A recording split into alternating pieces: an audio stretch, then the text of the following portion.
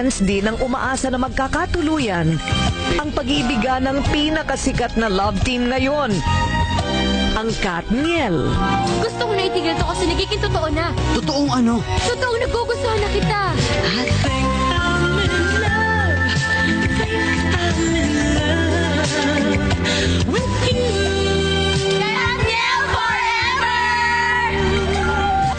May magic daw kasi ang tandem ng Teen King Daniel Padilla at ang Teen Queen Catherine Bernardo. Sa bago nilang pelikula ngayong Love Month, lalong kikiligin ang kanilang fans. Mas makulit ako dito, si Catherine. Medyo iba yung karakter niya sa iba niyang mga ginawang palabas na seryoso siya dito.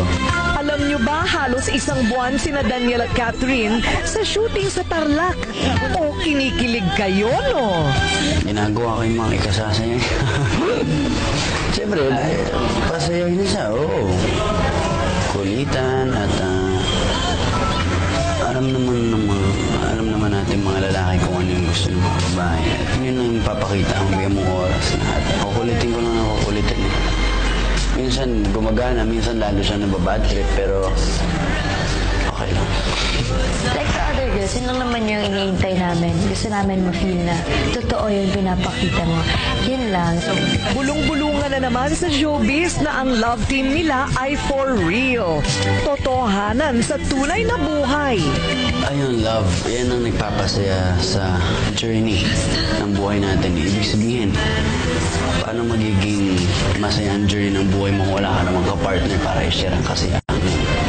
love is like a journey. Marami kang mag-discover, marami kang learnings.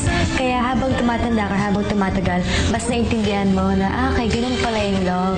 Minsan masaya, minsan nahihirapan ka, and andun yung thrill.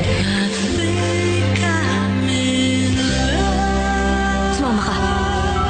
Close na tayo, te.